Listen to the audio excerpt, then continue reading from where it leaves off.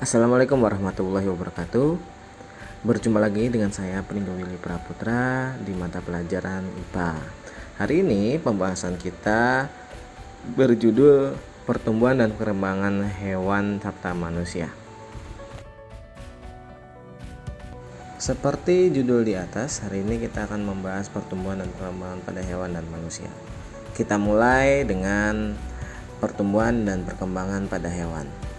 Pertumbuhan dan perkembangan pada hewan dibagi menjadi dua fase, yaitu fase embrionik dan fase pasca embrionik. Fase embrionik adalah fase pertumbuhan dan perkembangan yang dimulai dari zigot sampai terbentuknya embrio atau telah menetas. Di fase ini terdiri atas berbagai tahapan, yaitu tahapan morulasi, nanti dilanjutkan dengan blastulasi, lalu gastulasi, dan yang terakhir adalah organogenesis. Tahapan yang pertama yaitu morulasi.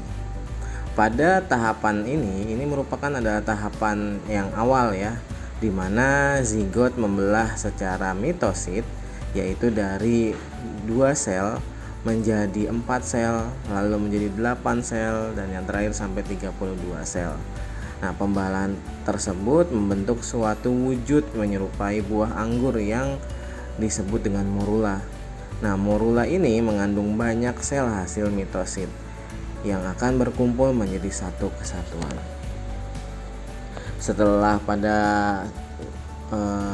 Setelah selesai tahapan morulasi, maka akan dilanjutkan dengan tahapan bastulasi. Di tahapan bastulasi, morula akan berkembang menjadi blastula yang disebut dengan blastulasi. Morula akan terus membelah sampai terbentuk rongga pada bagian tengahnya yang disebut dengan blastosol. Nah, embrio ini pada fase ini sering disebut dengan blastula. Fase embrionik yang ketiga yaitu adalah fase gastulasi. Nah, pada fase ini embrio blastula akan membentuk gastula sehingga sampai tahap gastulasi. Pada tahapan ini ditandai dengan adanya 3 lapisan embrionik, yaitu lapisan luar atau disebut dengan ektoderm, ada lapisan tengah yang sering disebut dengan mesoderm, dan lapisan dalam yang disebut dengan endoderm. Ketiga lapisan ini akan tumbuh dan berkembang menjadi organ masing-masing. Setelah dari gastulasi, maka akan masuk ke puncaknya yaitu tahap organogenesis. Nah, tahapan organogenesis ini adalah proses pembentukan berbagai organ. Seperti yang kita ketahui tadi, pada tahap gastulasi akan membuat 3 lapisan yaitu ektoderm, mesoderm, dan endoderm. Nah, di organogenesis ini, ketiga lapisan tersebut akan terspesifikasi masing-masing. Nah, di lapisan ektoderm akan berkembang menjadi rambut, kulit, sistem saraf, dan sistem indera. Lapisan mesoderm akan berkembang menjadi otot, rangka, alat reproduksi, alat peredaran darah, serta alat ekskresi. Sedangkan yang terakhir yaitu lapisan endoderm akan berkembang menjadi alat pencernaan dan alat pernapasan. Yang berikutnya adalah fase pasca embrionik pada hewan. Nah, pada fase ini hewan sudah lahir dan menetas ya. Ada 2 buah yang terjadi atau penggolongan yang terjadi pada fase embrionik ini. Yang pertama yaitu fase metamorfosis dan yang kedua adalah fase metagenesis. Nah, fase metamorfosis adalah perubahan secara bertahap yang dialami hewan semasa hidupnya. Fase metamorfosis sendiri terdiri atas 2, fase metamorfosis sempurna dan tidak sempurna. Kita mulai dengan fase metamorfosis tidak sempurna. Fase metamorfosis tidak sempurna merupakan fase di mana perubahan hewan akan tetap atau menyerupai hewan sebelumnya. Di sini saya gambarkan prosesnya, yaitu dari telur, nimfa hewan muda, dan imago hewan dewasa. Nah, antara nimfa dan imago ini karakteristiknya mirip-mirip ya, karakteristiknya tuh mirip-mirip. Contohnya adalah belalang, kecoa, dan capung. Sedangkan metamorfosis sempurna adalah hewan yang sebelumnya itu sudah berbeda, baik perilaku, bentuk tubuh, dan kebiasaannya tuh sudah berubah. Prosesnya dimulai dari telur menetas berubah menjadi lava, dari lava akan berubah menjadi pupa atau kepompong, lalu imago yaitu hewan dewasa. Contoh di sini adalah kupu-kupu, katak, nyamuk, dan lalat. Selanjutnya adalah fase atau penggolongan berdasarkan metagenesis. Nah, metagenesis ini adalah pergiliran keturunan dari generasi gametofot ke generasi sporofit. Atau sebaliknya, hewan yang mengalami metagenesis ada yang mengalami dua fase kehidupan, yaitu reproduksi seksual dan aseksual. Contohnya di sini ada Aurelia aurita dan Obelia sp. Nah, kedua hewan tersebut memiliki dua kali atau dua fase kehidupan yang berbeda. Ada yang dari kehidupan aseksual menjadi seksual, ada yang dari seksual menjadi aseksual. Yang paling gampang dipahami mungkin Aurelia aurita ya. Ini adalah ubur-ubur. Tadinya dia seperti tanaman ya. Terus setelah udah jadi tanaman, semakin dewasa, maka bagian atasnya akan terlepas. Ketika sudah terlepas, dia akan berubah menjadi ubur-ubur ya, dan akan berkembang seperti yang ada pada gambar. Kita lanjutkan dengan pertumbuhan dan perkembangan manusia. Seperti hanya hewan tadi, perkembangan dan pertumbuhan manusia juga dibagi atas dua, yaitu fase embrionik dan fase pasca embrionik. Pertumbuhan dan perkembangan manusia selama fase embrionik terjadi di dalam uterus. Proses ini berlangsung kurang lebih 9 bulan 10 hari yang prosesnya disebut dengan proses getasi. Selama proses ini, embrio tumbuh dan berkembang menjadi janin. Setelah masa getasi berakhir, janin akan dilahirkan. Pertumbuhan dan perkembangan manusia pasca embrionik dibagi menjadi beberapa masa, yaitu masa balita, masa kanak-kanak, masa remaja, dan yang terakhir adalah masa usia lanjut. Baik, kita akan mulai dari masa pertumbuhan dan perkembangan manusia yang pertama, yaitu masa balita. Nah, masa balita ini memiliki ciri-ciri. Yang pertama adalah kemampuan fisik yang berkembang sangat pesat. Dari yang tadinya anggota tubuhnya sangat lemah, berukuran kecil, menjadi semakin besar dan kuat. Dari yang ciri yang kedua, dari yang kemampuan motoriknya belum bekerja, sekarang sudah mulai bekerja, sudah bisa tengkurap, merangkak, merambat, berjalan, bahkan ada yang sudah bisa berlari. Kemudian kemampuan berkomunikasi mulai berkembang. Contohnya tertawa, berteriak, melafalkan sesuatu, mengoceh dengan orang yang di sekitarnya. Dan yang terakhir atau ciri yang terakhir adalah mulainya terbentuk kemandirian. Ya. Dari yang tadinya semuanya harus dibantu, sekarang sudah mulai mencoba meraih sesuatu di depannya.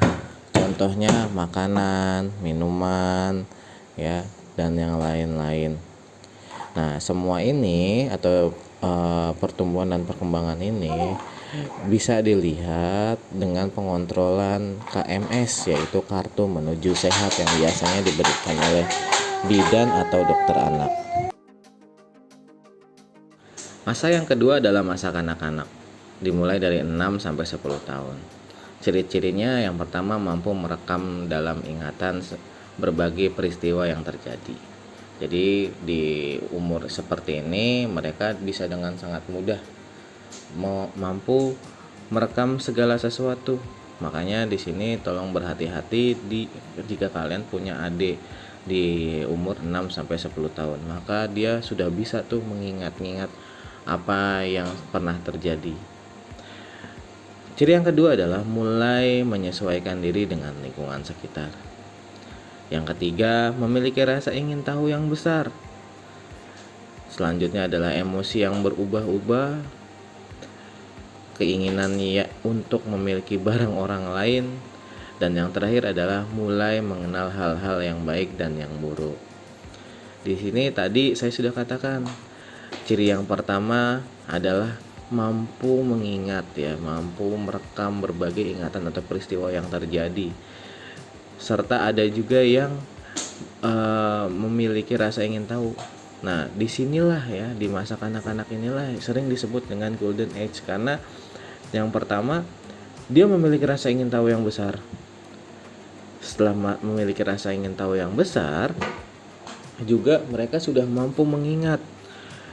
Nah, pada masa ini pertumbuhan dan perkembangan bisa sangat pesat sekali. Mereka sudah mampu meniru berbagai hal yang dilakukan oleh orang-orang di sekitarnya. Seperti itu. Jadi di masa-masa seperti inilah seorang anak bisa dicontohkan sesuatu yang baik dan yang buruk, supaya kedepannya dia bisa jauh lebih baik daripada generasi yang sebelumnya. Masa remaja atau pubertas. Masa ini berlangsung dari 11 sampai 18 tahun setelah kelahiran. Nah, pada masa ini ciri-cirinya yaitu terjadinya perubahan emosional secara cepat, sering disebut dengan storm and stress. Kenapa bisa seperti itu? Karena pada masa ini gejolak emosionalnya akan sangat tinggi sekali, dan ada peralihan antara masa kanak-kanak menuju kedewasaan. Ciri-ciri yang kedua yaitu adanya perubahan fisik secara cepat. Misalnya perubahan sistem pencernaan, perubahan tinggi, berat, serta mulai berfungsinya organ-organ reproduksi, khususnya di perempuan. Selanjutnya terjadinya perubahan dalam ketertarikan dalam sesuatu. Perubahan ini dikarenakan adanya tanggung jawab yang lebih besar pada remaja, perubahan dalam hubungan kepada orang tua, dan pada masa ini pun tertarik dengan lawan jenis. Pada masa ini remaja bersikap ambivalen atau peragu. Kenapa bisa peragu?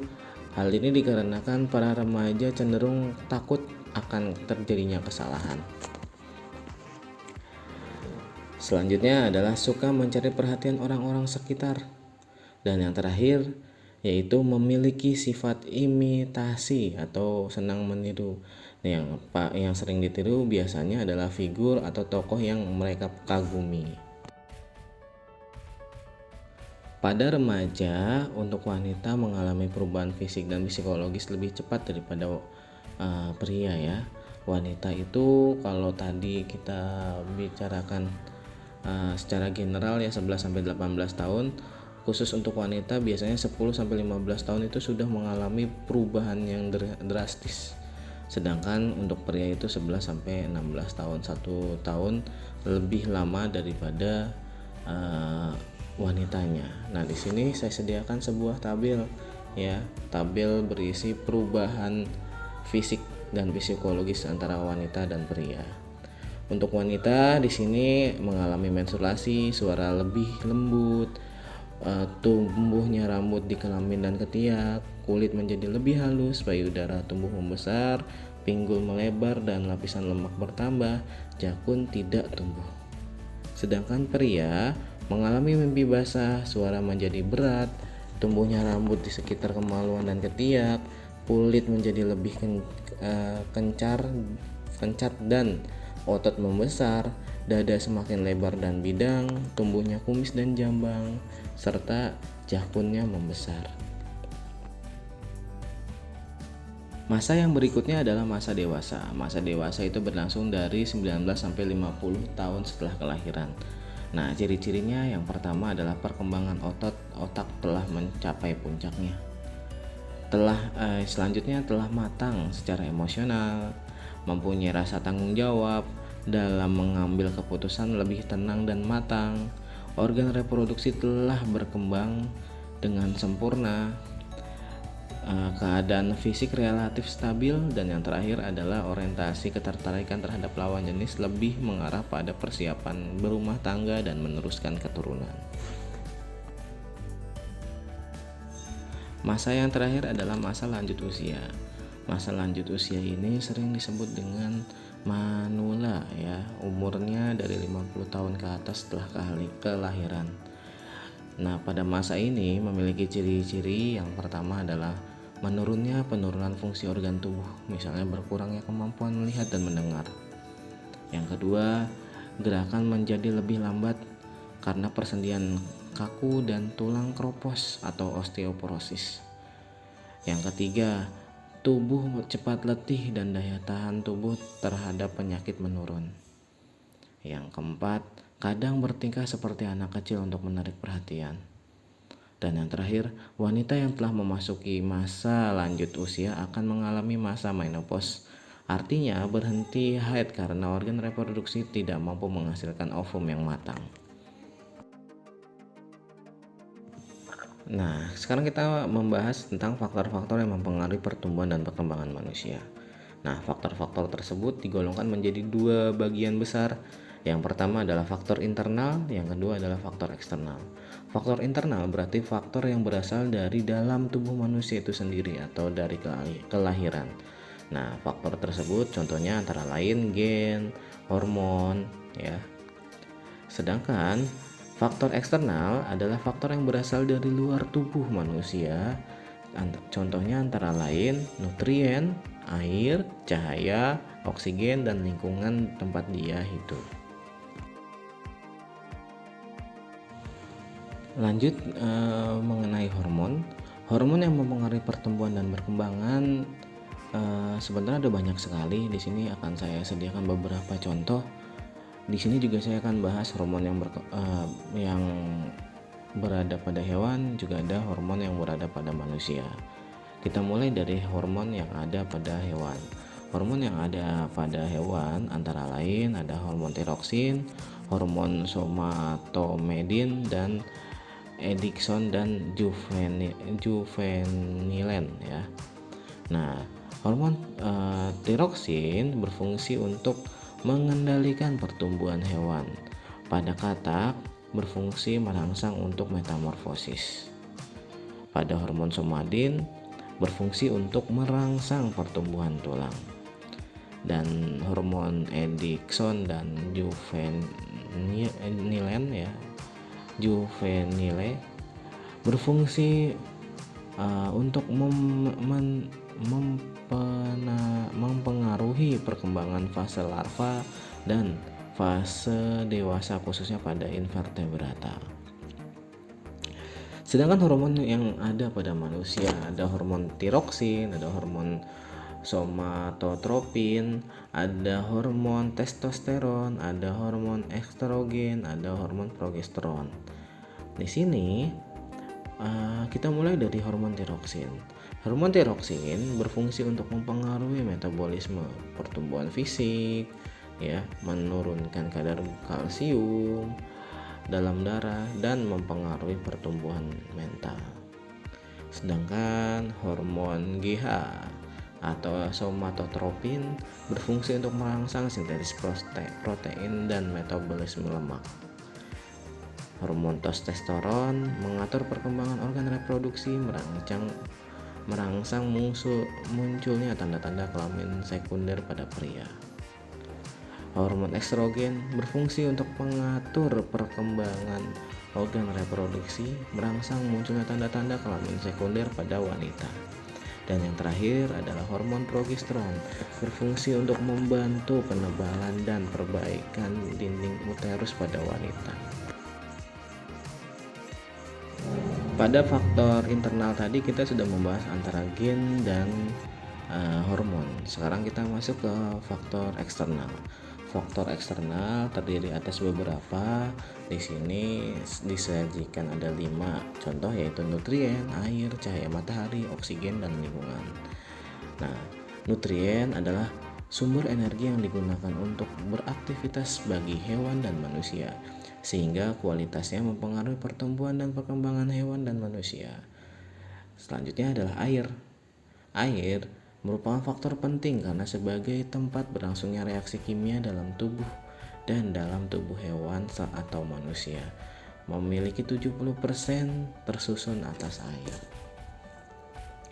Yang ketiga adalah cahaya matahari. Cahaya matahari membantu mengaktifkan vitamin D pada kulit menjadi vitamin D.